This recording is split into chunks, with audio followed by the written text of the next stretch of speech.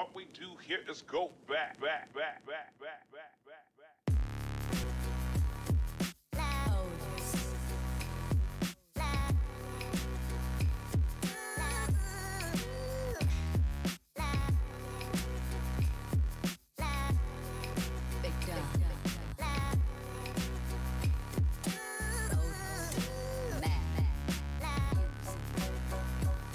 What's up, guys? Welcome back to TaylorMadeOtaku.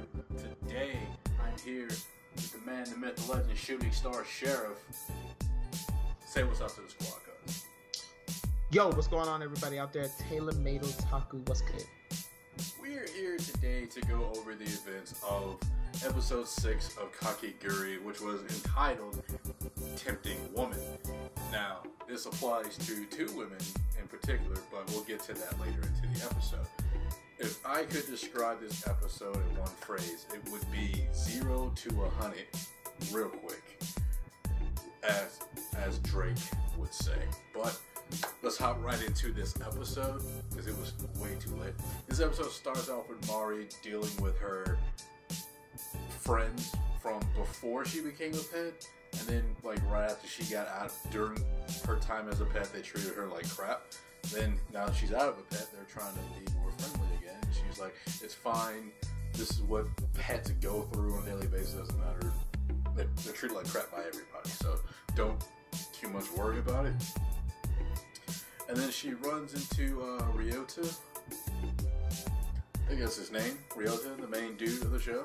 Or we can just say the dude, because he's like the only dude in the show. It really is. Like, I don't know what's up with that. We've had like 2 dudes total be like in the like spot. Well, now 3 because there's a dude in the student council. But anyway, that's neither here nor there. And she meets up with him. They start talking, and she's like, "Yumiko won a crap ton of money from our gambling. If she hasn't paid off her debt or put a dent in it or put anything toward it, like what's going on right now?" And he's like, I don't know. I really don't know. I don't know what she's ever thinking.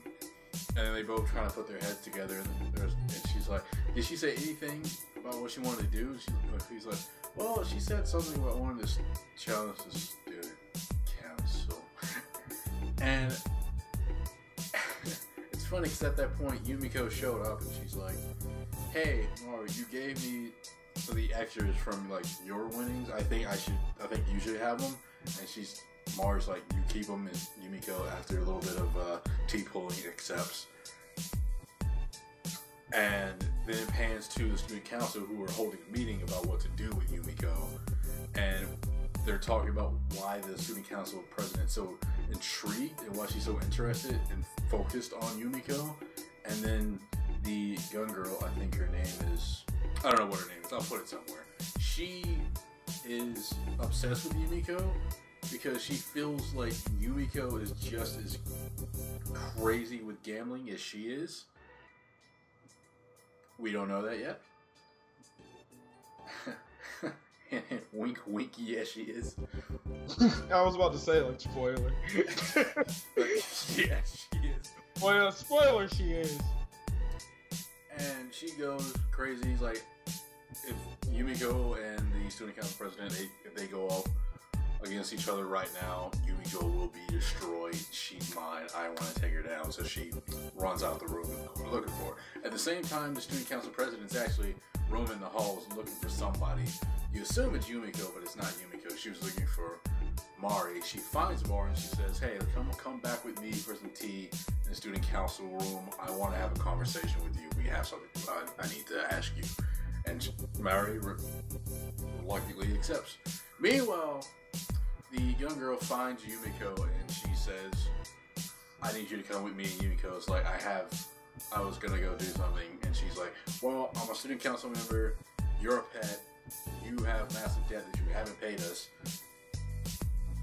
I'm head of the beautification committee, so put some handcuffs on her. That was weird. Had her goons escort her out. And the guy's like, bro, what are you doing? Like, you can't do that. And then young girl's just like, you know what? Take it with you. Now, at that point, I'm thinking to myself, he should have just kept his mouth shut and just walked away. really should have. But I get it. After you get to know Yumiko, you can't leave her alone for any amount of time. But they get taken to this room, and it's there where the gun girl challenges Yumiko to a gamble. And hearing the word gamble sets off Yumiko, because you know how Yumiko is. It sets her off, and she's like, well, if you would have just started off with let's gamble, I would have came with my own free will. You have to drag me here. And she's like, okay, how much are you planning to bet? What game are you planning to play? You know, all cutesy like Yumiko gets at times. And she's like, we're not playing for money, we're going to play for our lives, because we're basically playing match roulette, which is like, okay, here's the premise of this game, alright? The game is, they have a dealer, and the dealer has, I think, 6 cards, and he sets them up in any order that he wants. And the 2 participants, which is Yumiko and the gun girl, they have to match his however he said it. Then it's revealed, and then they reveal if they got him in the right order. And each time you hit one where it like matches with his, you get a point. The one with the most points wins that round. But here's where the roulette part comes in, because before like the game starts, they both take like a revolver and they put as many bullets as they want into it, being 0 or 6, and they put them down in like a little box. The winner of the set pulls out a gun at random, points at the other, pulls the trigger, and if they hit their opponent, they win. Like, that's insane. And the guy who's with Yumiko is very, very understandably like, we're not doing this. We're not doing this. So, the girl just starts, you know, hey, let us do this. She starts begging him to get him to do it. She even starts crying at one point. And he's like, it doesn't matter how much you cry or how much you beg, I'm not going to green light this. We're not doing this. So then, in turn, she goes, okay, you're in the way now. Now you're a problem. And she threatens to kill him, point a gun in his face. And Yumiko's like, hey, I never said I wouldn't do it.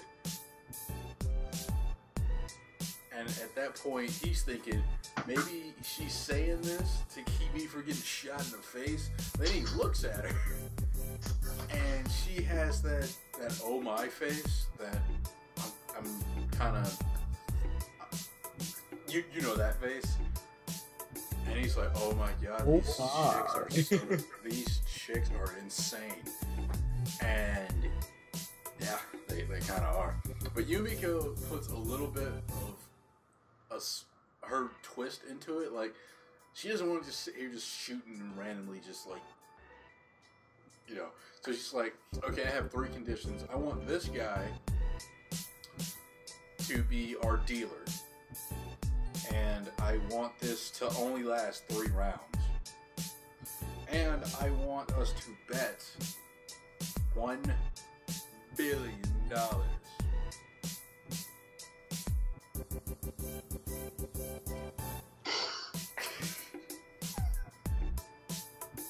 And she's like, I think you're trying to run away right now by making it just three rounds, because maybe you're hoping for a tie, like you're gonna miss me on purpose. So I'll tell you this, if you miss, you have to shoot again. And she's like, okay, that's fine. She accepts. After she accepts, they go and they start the entire competition, and this guy is sweating bullets, because he's like, because he doesn't want to be in this situation, and I wouldn't want to be in this situation either, because if I mess up, then she's shot, and if she's shot in the right place, she could die. And he like envisions her with like a bleeding, like a head full of blood, there's blood everywhere. He's freaking out. Yumiko's like, hey, calm down. With you as my dealer, I will win. Just have faith and trust in me. And he's like, you know what? Okay, so he starts off. He puts his first set down, and I'll be damned, Yumiko loses the first set. So this crazy gun chick pulls out a gun at random, points at her, and Yumiko's like, if I was you, I wouldn't squeeze that trigger. And she's like, I'm gonna squeeze it anyway, and that's where the episode ends. But meanwhile, while all that crap was going on, Marty was in the student council room talking to the student council president, who invited her to join the student council. And her reasoning behind it was, you know, you are like the first person to get into a massive debt with us and pay your way out of it. And actually, you know, get full all the way out of it. That's an impressive feat, especially with the amount that you had. So, you are student council material. And Mari's like, no, I don't want to do that. I don't want to be a part of this at all. And so the president gets a little, they get close and start touching on each other, like all the girls do in this stupid show. And she's like, why don't you want to join? I don't understand. Is it because you're afraid of me? Are you afraid of the council members? Are you afraid of the responsibilities? What's going on? But then she goes on to say a statement which explains a lot. And she says things that she does not understand excites and interests her, which explains why she's so into Yumiko, because God forbid anybody knows what this girl is thinking. At the time, I don't think she knows what she's gonna do next, but it may be all in a little rocket plan. But that's all for the episode, Doug. What do you have to add to this? Okay. So this episode is probably by far one of the strongest episodes in the series so far. Which is funny because we had to wait a week to see it. We had waited a long week. It was a long week, and then this episode felt like it was way too short. But all that aside. Anyway, all that aside, this was definitely one of the strongest episodes in the series because not only this is the first time we've actually really seen. We've seen the student council president in scenes in like small little bites, but this is the first time we've actually like seen the student council president. You know what I mean? We've actually seen her interact with one of the main characters, with a character that's associated with the main character. So it's really cool to, just kind of like get into like her head game a little bit. Well, everyone's got a crazy head game. So, no pun intended. Pun totally intended. Don't at me. Anyway, I just feel like what was really strong about this episode is we learned a little bit about Yumiko's, home life. We learned about her parents being dead. We learned about that she's evidently stinking stupid rich. So she could literally just pay back that loan at any time that she wants. But the fact that she doesn't, because she wants to use her bad position to keep getting more gamble the student council president is just crazy, because she can literally just pay it back at any point in time. It's literally like stated in the episode when they're like researching more on her. Like, they do mention that she has a sister, younger or older. Did they say is she the youngest or the oldest? I think I forgot. She's the younger. She's the younger sister. Okay, so they mention a sister. So whether she's younger or older, I don't know. But if they say younger. So I mean, it does put a lot of mystery. So evidently she still has a relative. If we know this relative or not, I don't know. Really drawing up some interesting cues between Yumiko and the student council president. These two characters are very much alike, but I mean, it goes without saying, because she's like this president. She's like the girl with nothing to lose. So like, they're gonna have like that same kind of drive to some point. But like, it's kind of weird because their mannerisms are very similar as well. So it's really, yeah, everybody in the show is a nutcase. But I'm super excited for this.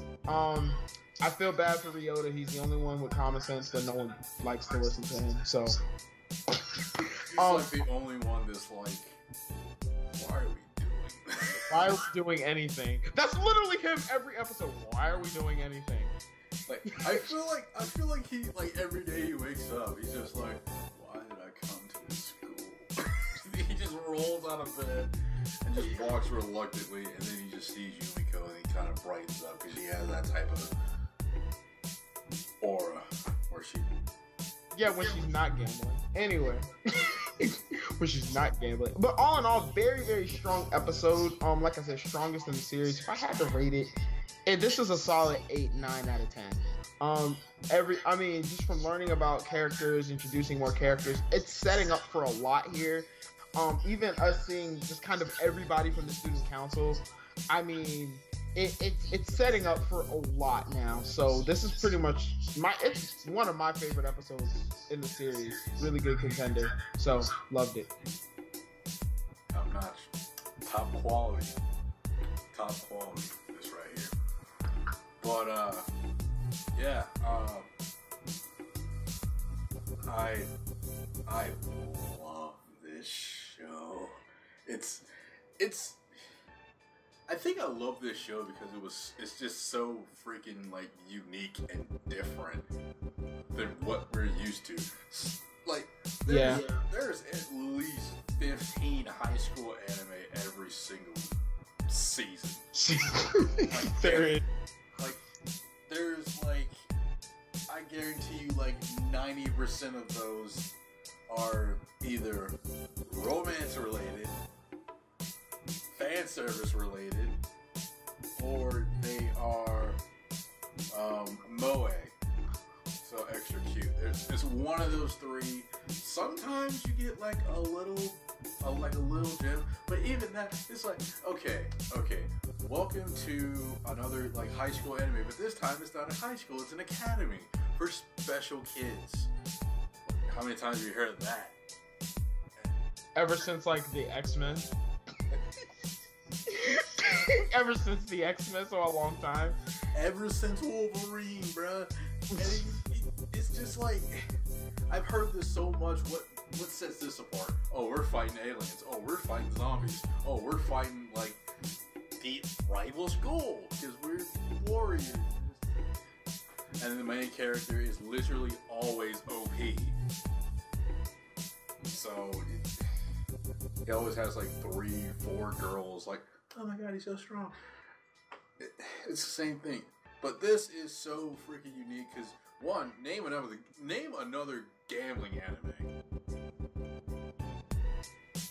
I can only think of one, I don't even remember what it's called. Like, name another main character that's this intriguing. Like, I can't even think of one off the top of my head, but this show is dope. If you haven't seen it, I don't know why you're this deep into the episode, into this, but go watch it. Now, if you haven't seen the episode yet, go watch it. What are you doing? Like, if you read the manga, you're just enjoying this. Like me flipping out, him flipping out. By all means, leave a like and subscribe and show your support. Shameless plug. But anyway, that's all we got for this episode, guys. If you like this video, leave a like. Do me a huge solid. Go subscribe to my boy Shooting Star Sheriff. We're doing dope stuff over there. He's got his own dope content over there. He's got Hunter x Hunter, My Hero Academia. We're actually reviewing the 2nd season over there on his channel. He does mobile games. He does some vlogs. He does some gameplay. Really, really dope channel. Go support my boy. If you like me, subscribe. I try to be cool. We got a couple of new guys in the squad, so welcome to the squad. Am I forgetting something? I don't think I am. So before. Oh god, it's so late. Guys, it's really late, so I'm gonna say until next time, guys, peace out. Later.